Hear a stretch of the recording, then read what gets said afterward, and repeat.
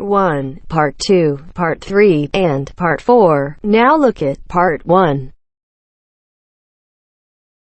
Part 1. First, you have some time to look at questions 1 to 4.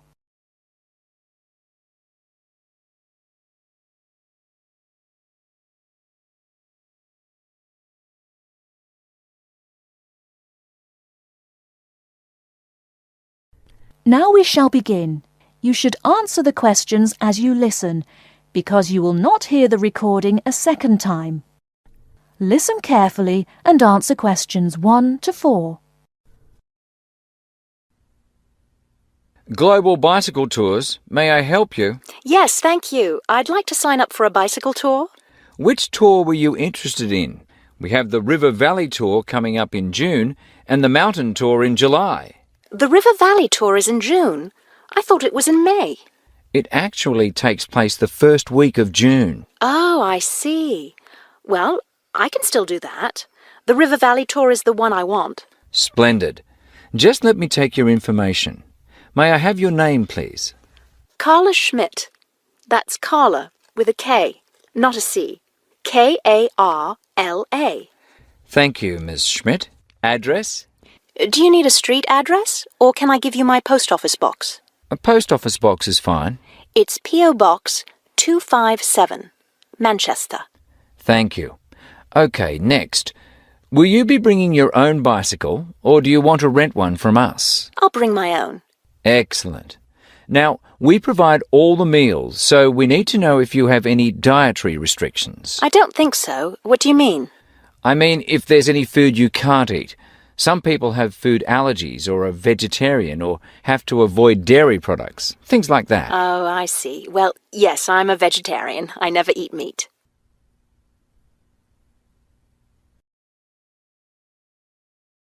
Before you hear the rest of the conversation, you have some time to look at questions 5 to 10.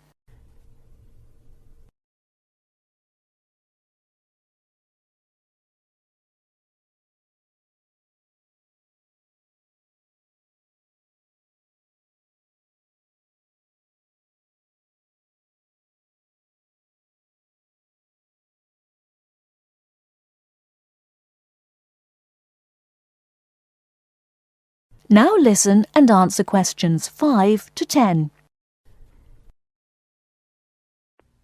All right, I'll make a note of that. Now, the total cost of the tour is $750. That much? The price includes everything. Food, hotel, transportation, everything. Everything? Yes, everything. The only other thing is you'll want to tip the tour guide. We usually recommend 5% of the total tour cost. A 5% tip. I guess that's reasonable. In order to reserve your space on the tour, I'll need a 30% deposit. Do you need that right away? We generally ask for the deposit at least 4 weeks before the tour begins.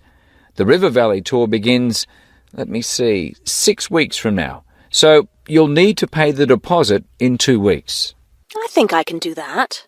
I wonder if you could tell me something. How will our luggage be transported? Do we carry it on our bicycles? No, you leave that to us. We have a van that carries your luggage from hotel to hotel each day, so you don't have to worry about it. Great. I have a luggage rack for my bike, but I guess I won't have to bring that. No, you won't. But there are a few items we recommend that you bring. We can't control the weather, so you should bring a raincoat or rain gear. Yes, that's a good idea. And I should have my own spare tyre too, shouldn't I? Actually, you don't need that, as our guide always carries some. And of course, you won't need maps either, since our guide has the route all planned. What about a water bottle? I'll need that, won't I? Yes, you should definitely have a water bottle. A camera would be a good idea too, since that tour goes through some very scenic areas. I have a guidebook of that area. I wonder if I should bring it along. We don't recommend guidebooks. It would just be extra weight, and the tour guide knows a great deal about the area. Yes, I see. Is there anything else I need to know? I think we've covered the important points. I'll send you a tour brochure, and you can call again if you have any questions. Thank you very much.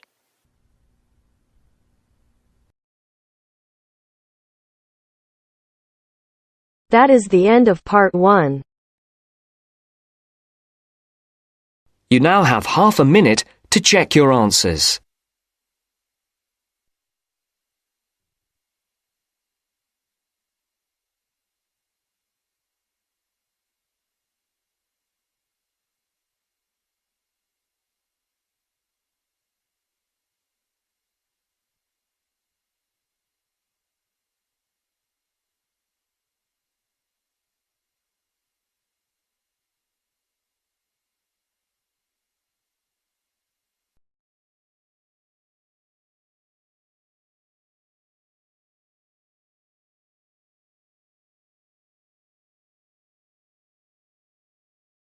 Now turns to part 2.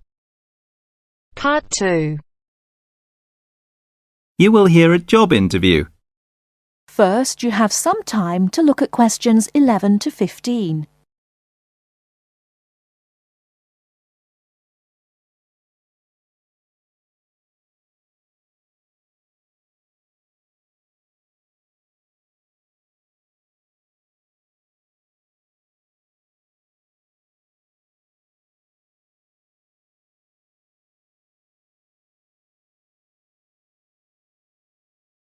Now, listen carefully and answer questions 11 to 15. Please sit down, Mr. Wilson. My name's Jane Smith, and I'm the personnel manager. Hello, how do you do? Now, this is just a short preliminary interview.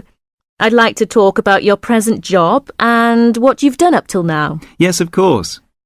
Well, could you tell me how long you've had your present position in evening news? It is evening news, isn't it? Yes, that's right. I'm not sure. Let's see. I left university in 2002. Is that right? Yes, 2002. Then I was unemployed for about 2 months. And then I travelled round Britain for a few weeks. So it must be more than 3 years now, in fact. Yes. And have you any particular reason for wanting to change your job? I mean, why do you want to move? Well, I actually like my present job and still find it interesting. The salary's okay, so it's nothing to do with money, though you can always do with more. I suppose the thing is that I'm really very ambitious and keen to get promoted, so that's the real reason. You say you like your job. Can you tell me what aspect you like most? Oh dear, that's difficult. There are so many things. My colleagues are quite nice to go along with, so there's a good cooperative atmosphere, and compared to other presses, the working conditions are great. I mean, the office itself is good. Yes. And then there's the fact that as a journalist, I regularly write articles about what is happening at home or in the world. So I have to make decisions. I must be responsible for what I have written. You know, that's what I really like most about the job. They give me lots of room for initiative. Yes. Well, we're looking for someone who isn't a clock watcher and who isn't too concerned about working fairly long hours. Oh, I don't mind that. I'm used to it. I often work irregular hours. I was very often made to work at night.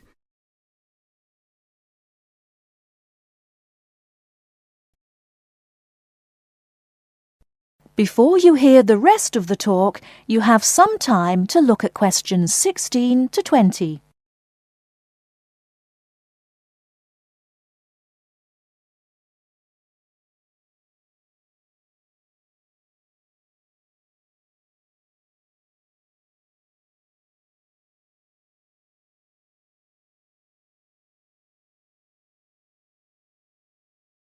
Now listen and answer questions 16 to 20.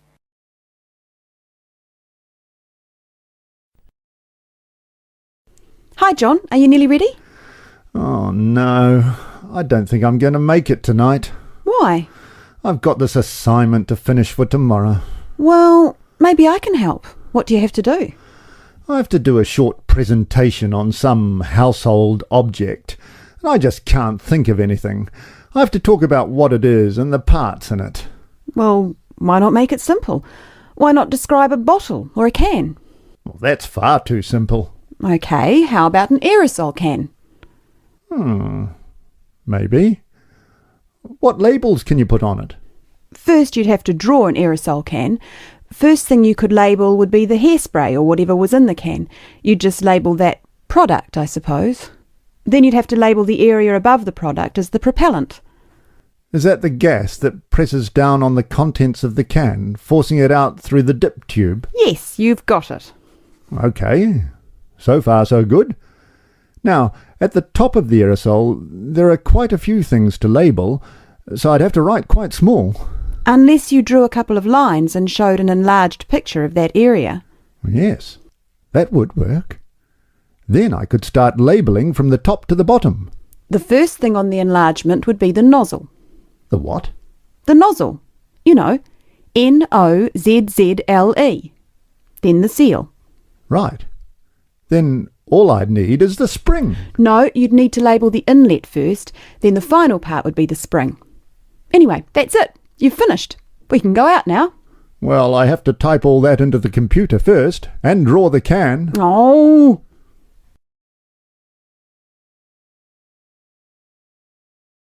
That is the end of part 2. You now have half a minute to check your answers.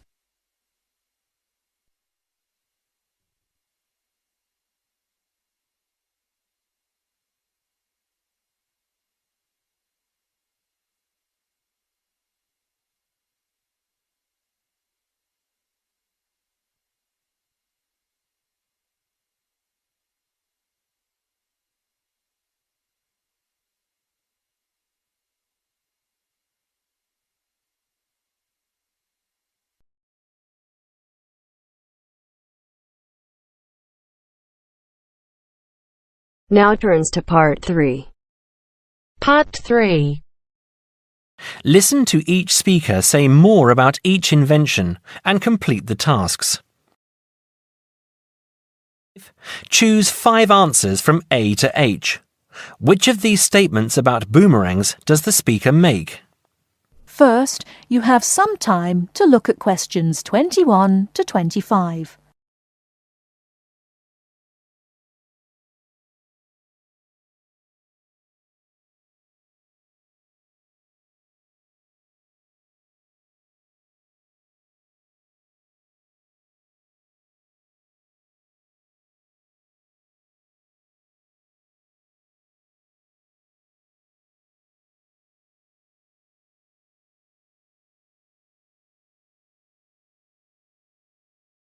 Now listen carefully and answer questions 21 to 25. Most people probably don't realise what a clever thing a boomerang is. People think they're just toys or something used for sport. In fact, they were the very first objects made by human beings that were heavier than air and could fly. They were used for weapons and for hunting. The oldest Aboriginal boomerangs date back to 10,000 years ago. At that time, they would have been very advanced in terms of technology. The remains of boomerangs have been found in North Africa, India, and parts of America, but it's the Aboriginal boomerang that everyone knows about. When it's thrown correctly, it follows a curved path and comes back to where it was thrown from. Some boomerangs are only about 10 centimetres long, but the biggest can be over 2 metres. Not all boomerangs are designed to come back to the thrower. Hunting boomerangs, some of which are still used by Aborigines in Australia, are designed as flat throwing sticks and are used for hunting. These boomerangs that followed a straight path and flew very fast were actually more difficult to make, and it could be that the famous returning boomerang was actually invented by accident as attempts were made to develop a faster hunting weapon. Nowadays, boomerangs are made mainly for tourists. It can be quite difficult to learn to throw one so that it comes back to you, and you may need a few lessons before you can do it properly.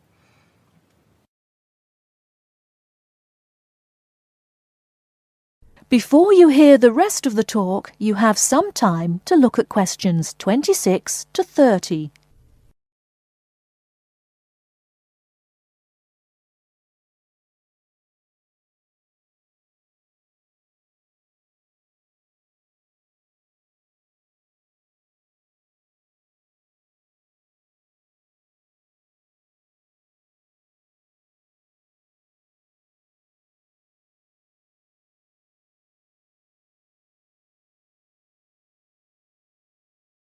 Now listen and answer questions 26 to 30. Of course, it's not really clear who exactly invented the television. A number of different scientists and inventors were working on similar projects at the same time. But a man from my country, John Logie Baird, is the man who created the first working television system. He first demonstrated his invention to the public in 1925. At one of London's most famous department stores, Logie Baird demonstrated how silhouette images could be seen to move on a screen. In 1926, he demonstrated his invention again, this time at his laboratory to the Royal Institute and to reporters from the Times newspaper.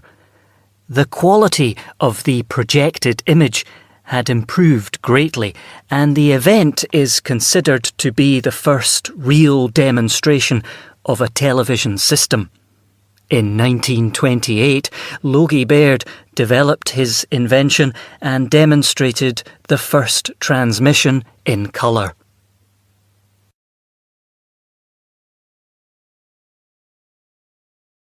That is the end of part 3.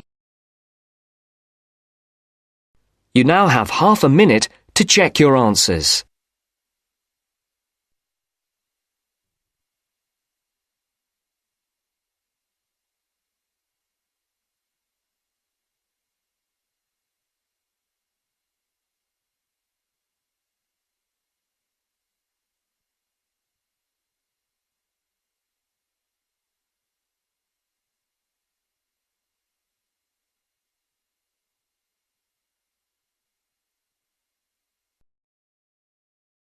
Now turns to part 4. Part 4. You will hear the speech made by Mr. Samaranch on the opening ceremony of the Olympic Games. Listen and complete questions 31 to 40.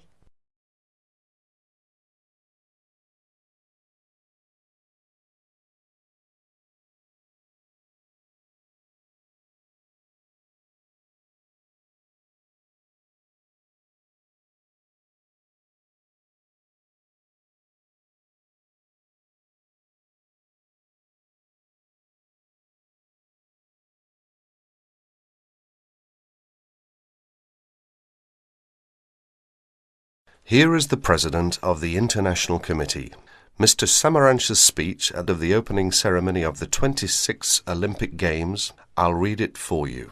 On behalf of the International Olympic Committee, it gives me great pleasure to welcome you to the Games of the 26th Olympiad, Sydney 2000. The goal of the Olympic movement is to contribute to building a peaceful and better world by educating youth through sport practice, without discrimination of any kind, and in the Olympic spirit. In the spirit, nations and youth of the world come together every 4 years to celebrate the world's largest sporting festival.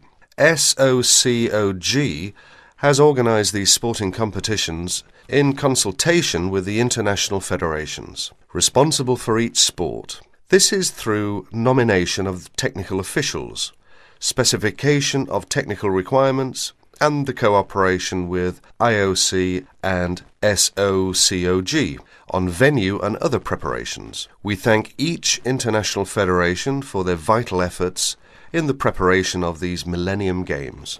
The Sydney 2000 Olympic Games is also the centenary of women's participation.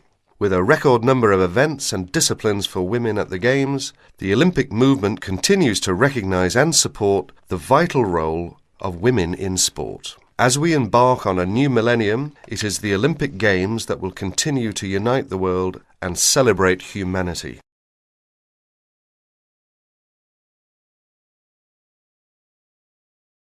That is the end of part 4.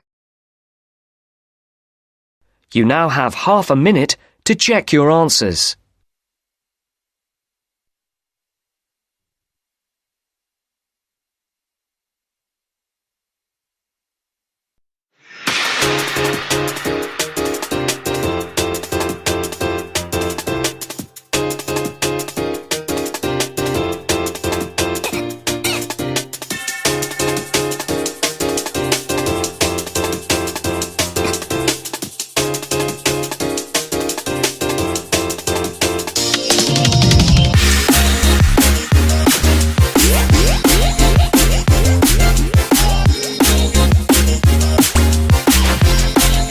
That is the end of the test.